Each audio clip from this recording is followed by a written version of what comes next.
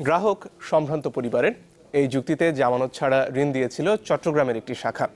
আর উত্তরবঙ্গের এক শাখা ব্যবস্থাপকের যুক্তি, তার গ্রাহক শিক্ষিত, ক্যাডেট কলেজের ছাত্র, তাই ঋণ শোধ করতে মানসিকভাবে প্রস্তুত। দক্ষিণবঙ্গ ছাপিয়ে উত্তরবঙ্গের ৩ শাখার দুর্নীতির কালো থাবা এভাবেই গ্রাস করেছে বেসিক ব্যাংককে। সৈয়দপুর, বগুড়া আর রাজশাহী, এই ৩ শাখা থেকে নানা অনিয়মের মাধ্যমে বেহাত হয়েছে ৮৬ কোটি টাকা, যা আদায় হবার সম্ভাবনা নেই বললেই চলে। মন্ত্রণালয় থেকে পাওয়া অডিট বিভাগের বিশেষ নিরীক্ষা প্রতিবেদনের ভিত্তিতে তৃতীয় পর্বে ইকবাল আহসান অনুসন্ধান করেছেন উত্তরবঙ্গের দুর্নীতি। ছবি তুলেছেন সুকান্ত সরকার।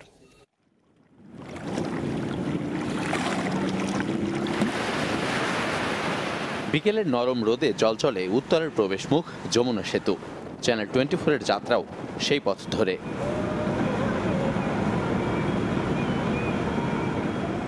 উত্তরবঙ্গের অন্যতম প্রধান বিমানবন্দর, সবচেয়ে বড় রেলওয়ে কারখানা কিংবা ব্যবসা বাণিজ্যের প্রবেশদ্বার, এই সব দিকের বিবেচনার অন্যতম প্রধান স্থান সৈয়দপুর। আর এখানেই বেসিক ব্যাংকের কার্যক্রম সীমাবদ্ধ রয়েছে কয়েকজন মাত্র গ্রাহকের মধ্যে। নিরীক্ষা প্রতিবেদন অনুযায়ী এই শাখা থেকে অস্তিত্বহীন প্রতিষ্ঠান এবং নিয়মের বাইরে গিয়ে ঋণ দেওয়ায় আদায় অনিশ্চিত হয়ে পড়েছে ৫৮ কোটি টাকা। মোটা এই অঙ্কের প্রায় ৫০ কোটি নিয়েছেন মিশুক নামের স্থানীয় এক ব্যবসায়ী। ভুট্টা, সয়াবিন এবং পাথর আমদানির জন্য মিশুক ট্রেডার্স এবং প্লাস্টিক, ফার্নিচার ও কসমেটিক ব্যবসার জন্য ঋণ নেয় মিশুক এন্টারপ্রাইজ নামের ২ প্রতিষ্ঠান। অথচ নীলফামারী শহরে কেবল মিশুক মোটরস ছাড়া দেখা মেলেনি অন্য কোনো প্রতিষ্ঠানের। এক্ষেত্রে ঋণের টাকা ভিন্ন খাতে ব্যবহারেরও অভিযোগ তুলেছে অডিট বিভাগ। আরেক প্রতিষ্ঠান নুহা অটো রাইস মিলকে টার্ম লোন এবং সিসি হাইপো ঋণ হিসেবে ২০ কোটি টাকা দেওয়া হলেও সময়মতো কিস্তি না দেওয়ায় অনাদায়ের সৃষ্টি হয়েছে বলেও দেখানো হয়েছে। সব মিলিয়ে ওই ব্যবসায়ের 4টি হিসাবে আদায় অনিশ্চিত হয়ে পড়েছে ৪৯ কোটি ৮৬ লাখ টাকা। এখন মনে করেন আমাদের ব্যবসাগুলো মনে করেন চোখে দেখা যায় না কিছু ব্যবসা, ঠিক আছে। মনে করেন আমার নামে ওয়ার্ক অর্ডার আছে ১৫ কোটি টাকা, কাগজ দেখে দেবো এখন ১৫ কোটি টাকা আমার কাজ হাতে ধরা আছে। ১৫ কোটি টাকার কাজ ধরতেও তো ৩-৪ কোটি টাকা আপনার জামানত দিছি। শাখার আরেক গ্রাহক ফরহানুল হক অস্তিত্বহীন প্রতিষ্ঠানের নামে ঋণ নিয়েছেন ৮ কোটি টাকার বেশি, যা দেওয়ার ক্ষেত্রে মর্টগেজ কিংবা সম্পত্তির কোনো যাচাই বাছাই করা হয়নি বলে অভিযোগ রয়েছে নিরীক্ষা প্রতিবেদনে।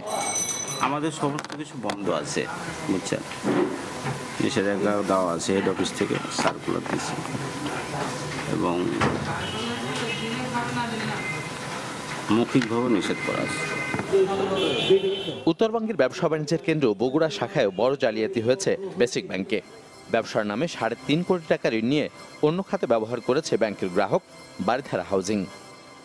আমদানির নামে ঋণ নিয়ে সে টাকা আর পরিশোধ করেনি শাহ সুলতান ট্রেডার্স নামের এক প্রতিষ্ঠান। ফলে মেয়াদ উত্তীর্ণ হওয়ার পরও এলটিআর ঋণ আদায় না হয় ৮.৫ কোটি টাকার হিসাব মিলছে না এখানে।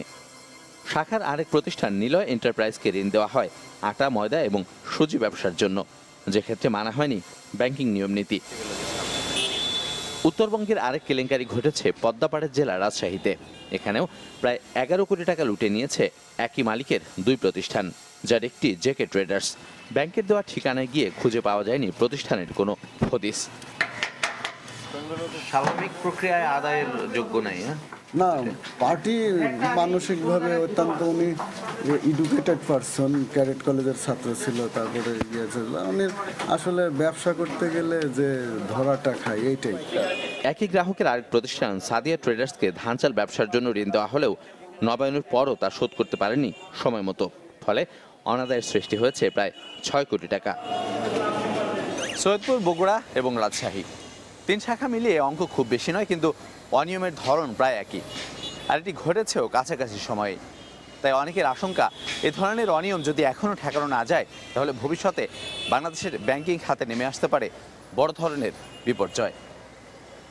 উত্তরবঙ্গের পর চ্যানেল 24-এর এবারের অনুসন্ধান দক্ষিণ পশ্চিমের 2 জেলা যশোর এবং খুলনায়। দেখা যাক সেখানে কি ঘটেছে বেসিক ব্যাংকে। ইকবাল আহসান, চ্যানেল 24, রাজশাহী।